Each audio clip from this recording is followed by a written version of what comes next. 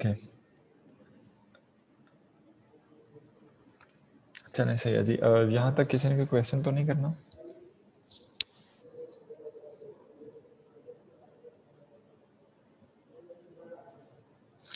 किसी को समझ ना आया हो? And if you want to ask any question you may ask.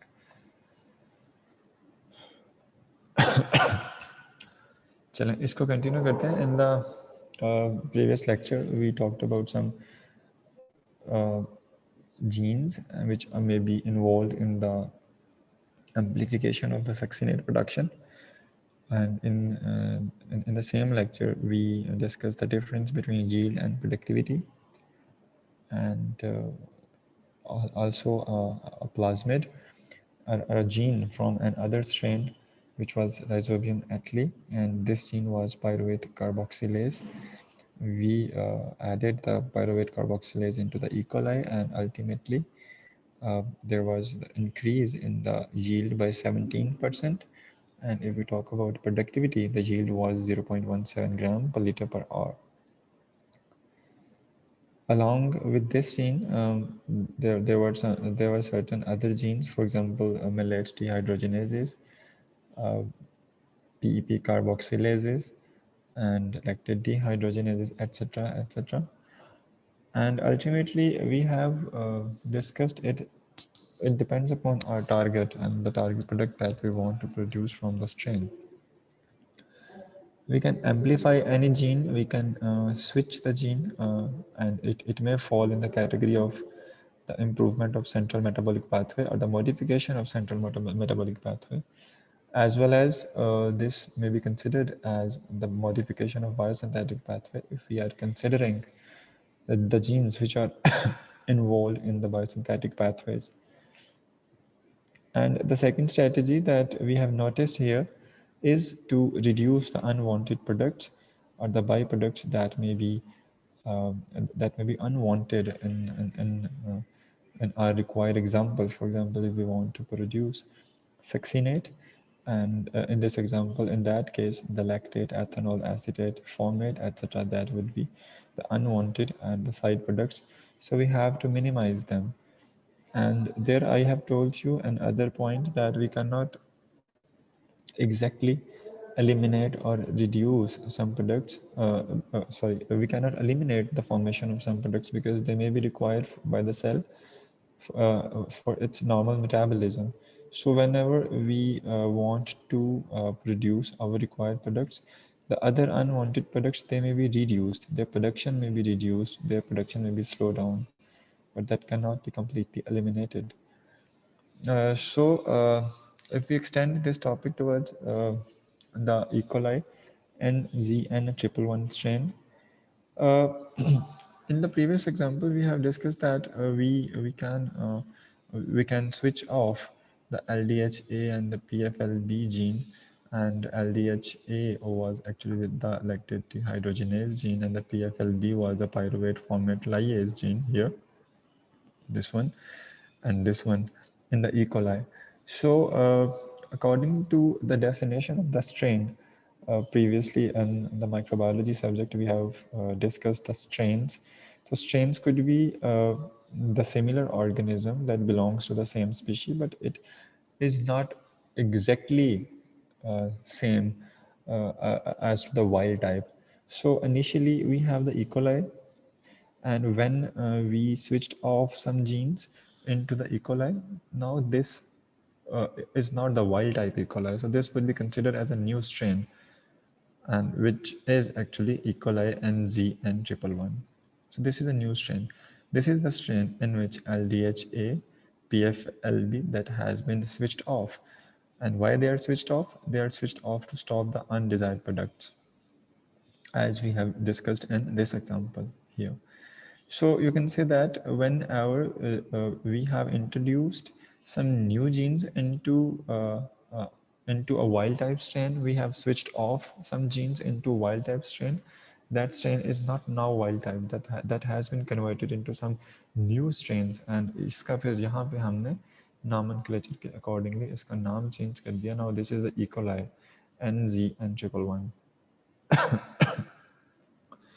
So initially in the E. coli strain in which the LDHA and PFLV that has been switched off. This is now termed as E. coli NGN111, and what is its property? Its characteristics include the reduction in the production of undesired products. And what are the undesired products? These are the lactate dehydrogenase and these are the lactate and formates. इसके साथ साथ भी हम ये भी देखते हैं आगे कि ये जो अब हमारे पास स्ट्रेन आई है E. coli NCN111 strain, this one, इस स्ट्रेन में अगर हम कुछ न्यू जीन्स मज़ीद इंट्रोड्यूस करवा दें, ऑलरेडी इस स्ट्रेन की करेक्टरिस्टिक ये है कि इसके अंदर 2 जीन स्विच्ड ऑफ हैं according to our requirement, and now again we have option to change some other genes, and in this example we have introduced the gene that is required for the production that is actually required for the encode that is responsible to encode the malic enzyme, and this gene has been taken from a strain which is Ascaris sum. ठीक ये एक bacteria है जिसमें gene present है which is involved to encode the malic enzyme. तो हमने क्या किया कि इस स्ट्रेन से मैलिक एंजाइम की जीन लेके उसको NZN111 जीन में इंट्रोड्यूस करवा दिया. अब यहाँ पे मेरा आपसे क्वेश्चन ये है कि have you ever known about malic enzyme? Have you information about malic enzyme? What is the role of malic enzyme normally? आपने बायोकेमिस्ट्रीज पढ़ी है, मैलिक एंजाइम के रोल का आपको अंदाज़ा होगा. मैलिक एंजाइम क्या करता है, what is its role? Please Google ना कीजिएगा, अगर आता है तो बताइएगा. मैलिक एसिड बनाता है. या this is actually NAD dependent, and it normally it is together with the lactate dehydrogenase, and it is involved in the malic acid formation and the malate formations. So यहाँ पे हमें malate चाहिए है ना somehow. So we have introduced the malic enzyme into the NZN111 gene, 111 strain, and this is the same strain in sir which ये we have NZN111 ये जो है ये हमारे पास स्ट्रेन का नेम है, ये जीन नहीं है कोई. No, this is the strain name. यहाँ पे मैंने ऊपर हाईलाइट किया, देखें ये वो स्ट्रेन है जिसमें हमने LDHA एंड PFLB को स्विच ऑफ करवा दिया है. अब इस स्ट्रेन को हमने NZN111 स्ट्रेन का नाम दिया है. So this is E. coli NZN111. Okay, तो प्रॉपर्टीज़ की क्या है कि we have switched off 2 jeans here in it. So again next, अब हम क्या कर रहे हैं कि इसी NZN111 जीन के अंदर we have introduce the maleic enzyme which is responsible to produce the malic acid. और ये मैलिक एंजाइम हमने कहाँ से लिया है? We have taken this maleic enzyme from Ascaris sum. This is an other bacteria. अब इस इंट्रोडक्शन की वजह से अब जो हमारे पास न्यू स्ट्रेन डेवलप हुई है उसकी प्रॉपर्टीज़ अब क्या हो गई हैं, ज़रा गौर से सुनिएगा. उसकी प्रॉपर्टीज़ में 3 चीज़ें इन्वॉल्व हैं. एक तो उसमें मैलिक एंजाइम मौजूद है, दूसरा उसमें LDHA जीन और PFLB जीन जो है वो स्विच्ड ऑफ है. अब जो हमारी यील्ड है सक्सिनेट प्रोडक्शन की, now this yield has been increased up to 39% by introducing these 2 things, and the productivity that has been increased up to 0.29 gram per liter per hour. अब अगर पीछे इसकी productivity हम देखते हैं, the productivity was enhanced by adding the PYC only.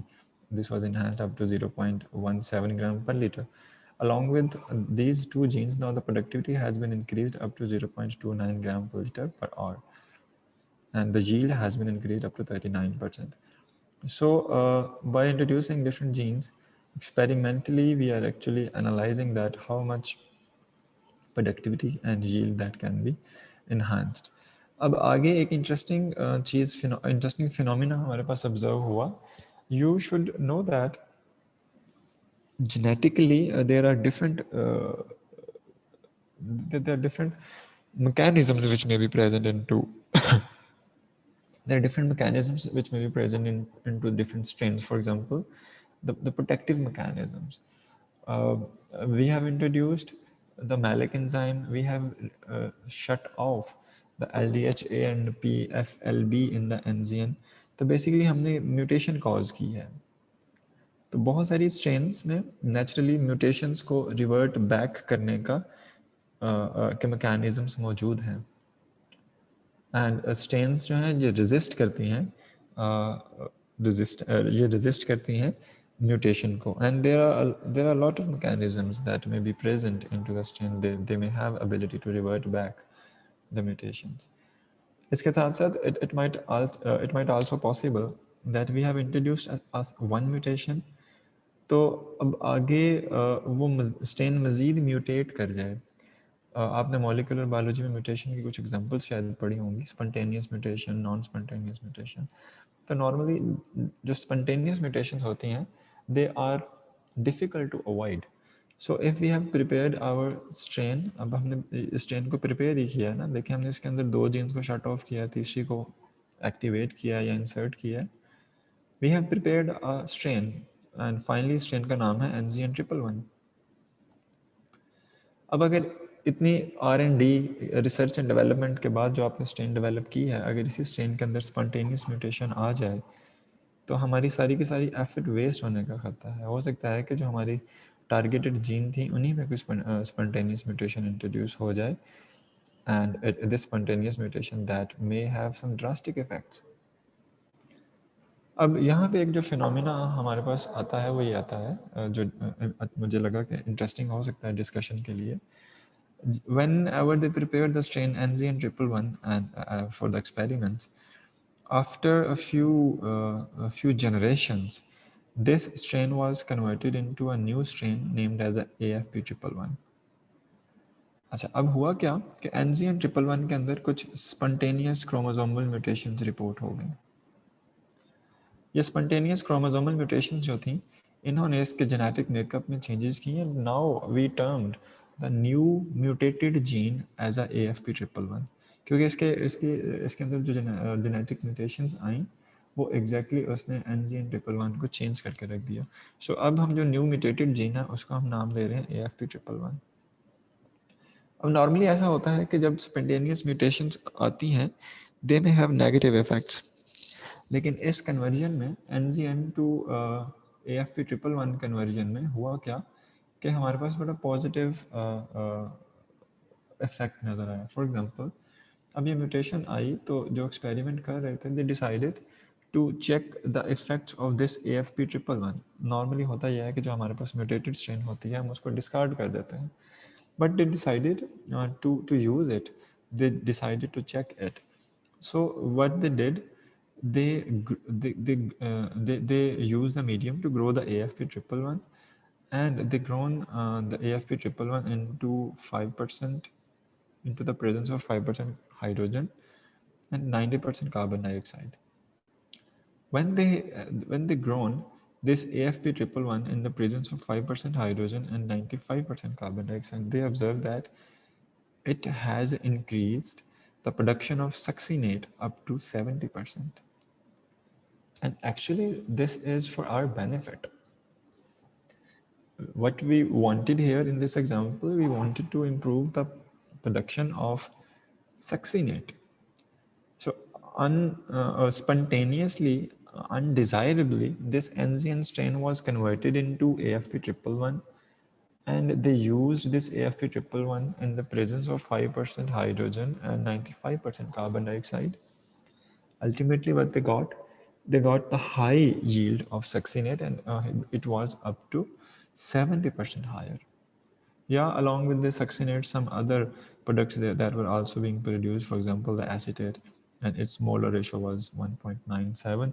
But the required thing is here, the succinate, which have been increased up to 70%.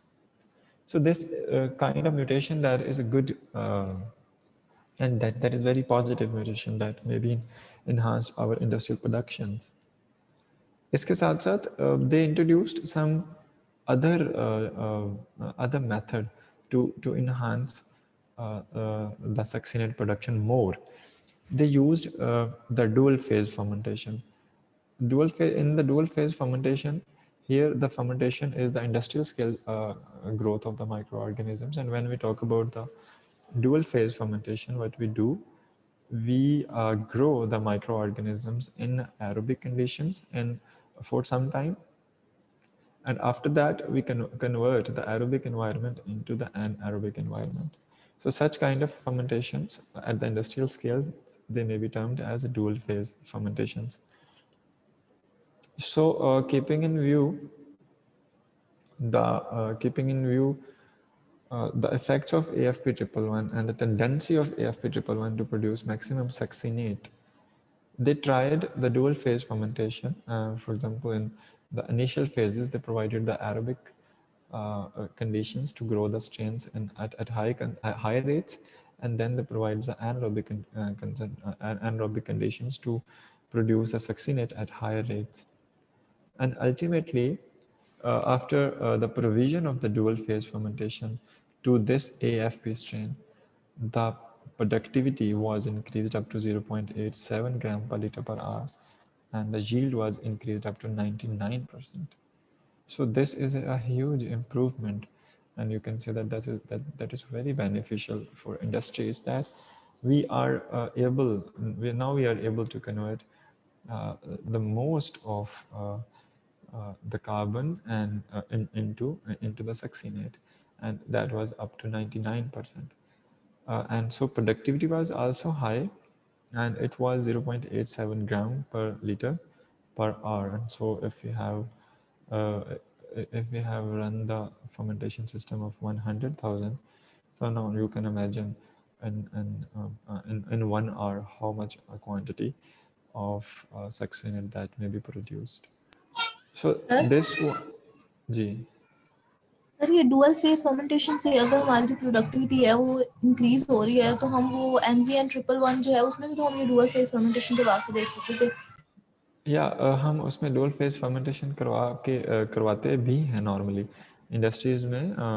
जो fermentation की phases हैं they are sometimes dual phases, लेकिन इसमें सिर्फ ये एग्जांपल यहाँ पे बताने की कोशिश कर रहे हैं कि डुअल फेज में जो स्पॉन्टेनियस क्रोमोसोमल म्यूटेशन आई, उसकी वजह से जब हमने उसको डुअल फेज फर्मेंटेशन दी तो हमारे पास यील्ड और प्रोडक्टिविटी बहुत इन्हांस होगी।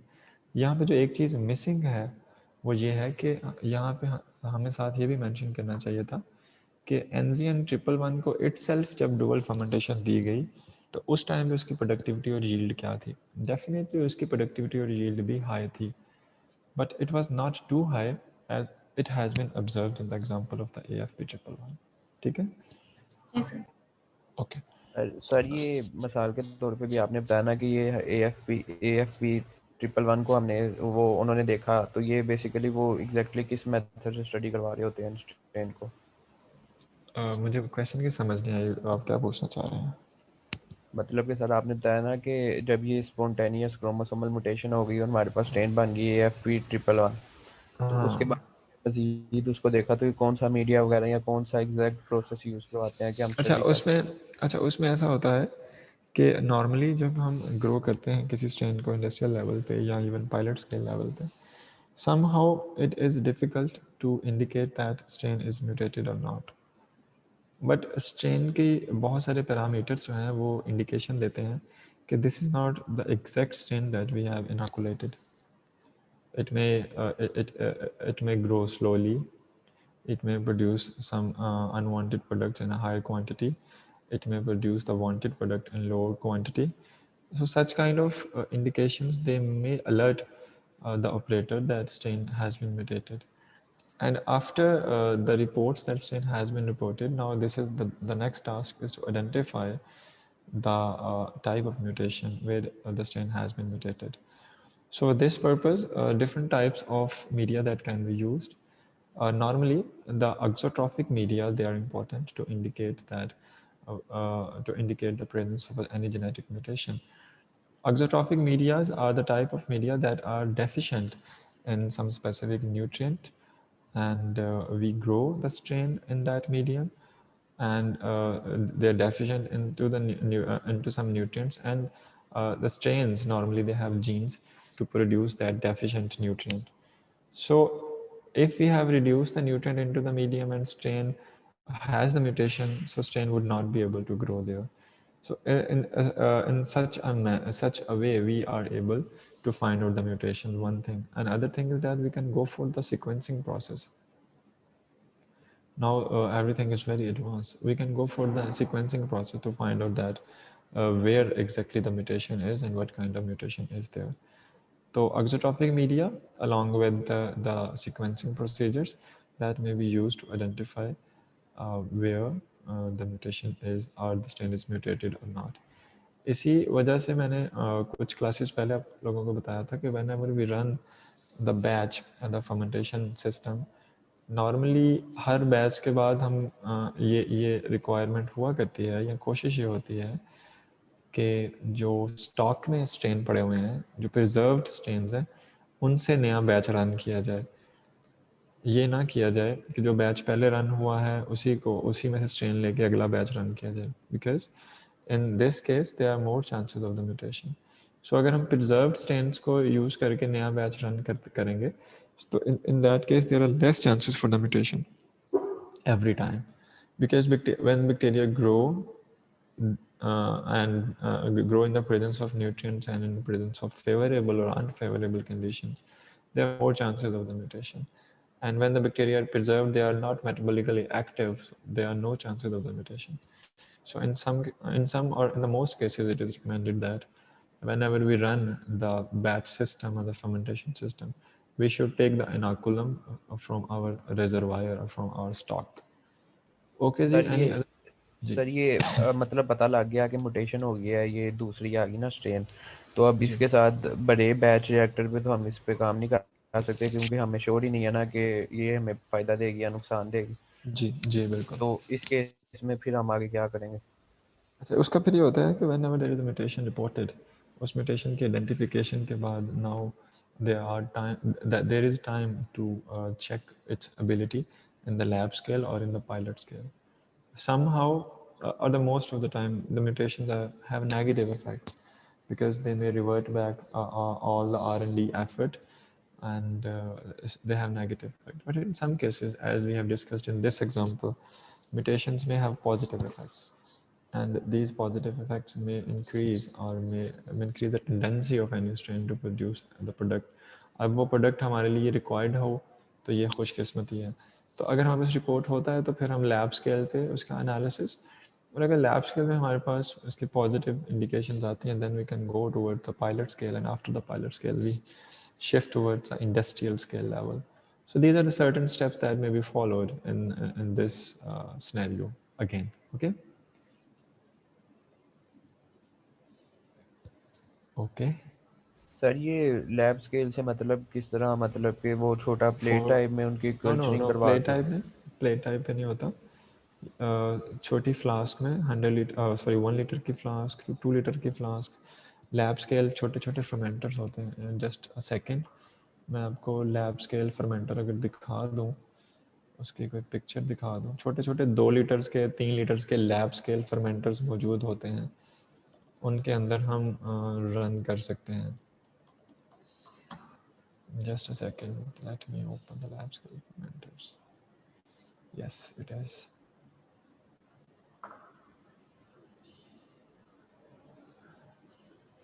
Okay, Septal Hassan, these are some lab scale fermenters. अब ये आपके सामने कुछ एक fermenter पड़ा हुआ है. This is of 1 to 2 liters. और इसमें सारी की सारी करेक्टरिस्टिक्स जो हैं वो मौजूद हैं. साथ में इसका ऑपरेटिंग सिस्टम है इसका. बिल्कुल इसी तरह से ये वाले फर्मेंटर्स मौजूद हैं, इनके ऑपरेटिंग सिस्टम्स हैं. इसके साथ साथ अगर आपको कोई और दिखा सकूं, या this is also a fermenter. ये फर्मेंटर का वेजल है जिसमें हमें सेल्स को ग्रो करना है, और ये साथ उसका ऑपरेटिंग सिस्टम है. और इसके अलावा ये हो सकता है, this is also an example. इसमें भी फर्मेंटर ये है. तो ये जो लैब स्केल फर्मेंटर्स होते हैं, ये ग्लास के बने हुए हो सकते हैं, या इवन स्टेनलेस स्टील के बने हुए हो सकते हैं, या इवन अगर fermenter is not available, we can grow the strains into the flask, into the 1 liter flask, 2 liter flask. During my MS, I was trying to produce the bioplastics, और मुझे फर्मेंटेशन करनी होती थी, तो उसके रिजल्ट में पहले 1 लीटर फ्लास्क पे काम किया, नहीं बल्कि पहले 250 ml की फ्लास्क पे, उसके बाद हम 1 लीटर पे शिफ्ट हुए. 1 लीटर के बाद एक बड़ी फ्लास्क थी 3 लीटर्स की, उस पर शिफ्ट हुए. उसके बाद एक फर्मेंटर था 5 लीटर्स का, उस पर शिफ्ट हुए. So these were actually the stages. Initially हम इतना वेस्टेज ऑफ मीडिया और वेस्टेज ऑफ रिसोर्सेज को अफोर्ड नहीं कर सकते, सो हम लैब स्केल छोटे छोटे लेवल्स पे मूव करते हैं, फिर पायलट स्केल पे जाते हैं। पायलट स्केल कुछ बहुत बड़े फर्मेंटर्स होते हैं, फॉर एग्जांपल 100 लीटर्स तक भी हो सकते हैं पायलट स्केल। उसके बाद फिर after the pilot scale we consider it, if after the approval we consider it positive and beneficial, then we can shift towards the industrial scale fermenters. Okay. Okay sir.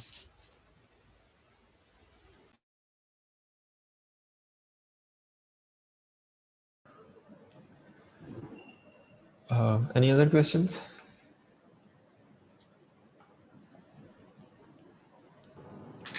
Sir आपने start में एक दफ़ा question किया था कि जो L form amino acids हैं वो ज़्यादा होते हैं as compare to D form, उसकी रीज़न बता दें।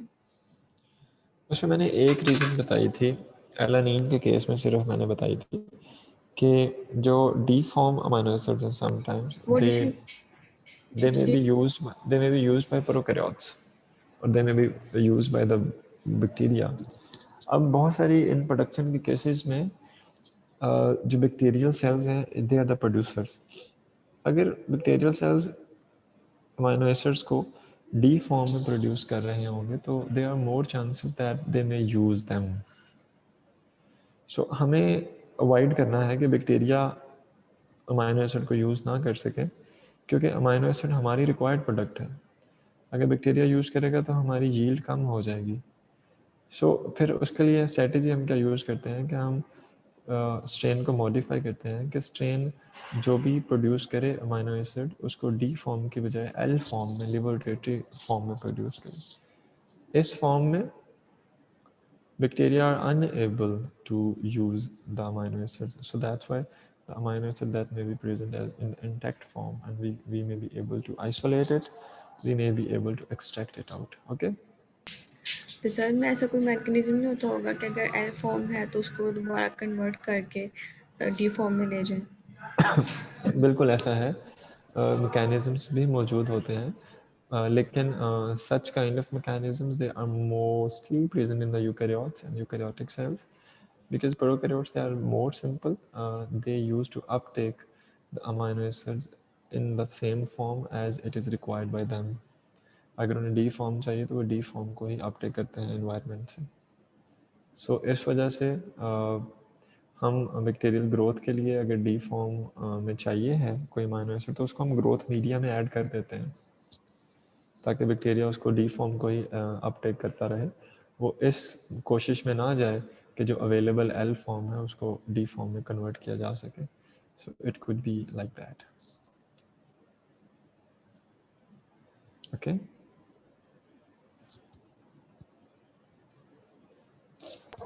Okay sir. चलें सही है। अच्छा, आप लोगों को वैसे जो एक क्वेश्चन करना चाहिए था वो क्वेश्चन ये होना चाहिए था कि ये जो AFP में स्पॉन्टेनियस म्यूटेशन आई है, ये म्यूटेशन आई क्या थी?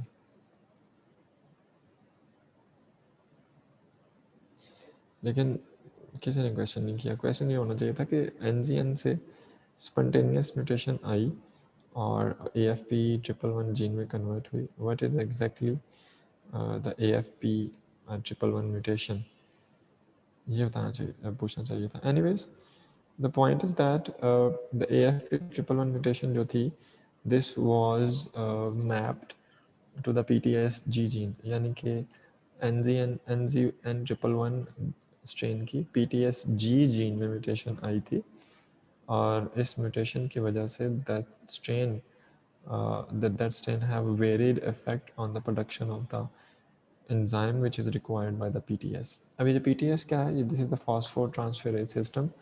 अगर आपको यहाँ पे दिखाऊं, this is the PTS-G gene, ठीक है। तो NZN से स्पॉन्टेनियस म्यूटेशन आई AFP 111 में और AFP 111 जो था, now that was able to produce more PTS-G gene, and if there is more PTS-G gene, it means that glucose would be converted into glucose 6-phosphate without the consumption of the phosphoenol pyruvate. So this is beneficial for us, and according to this, our mutation we have increased, or AFP111 has increased the productivity up to 19 up to yield up to 99%.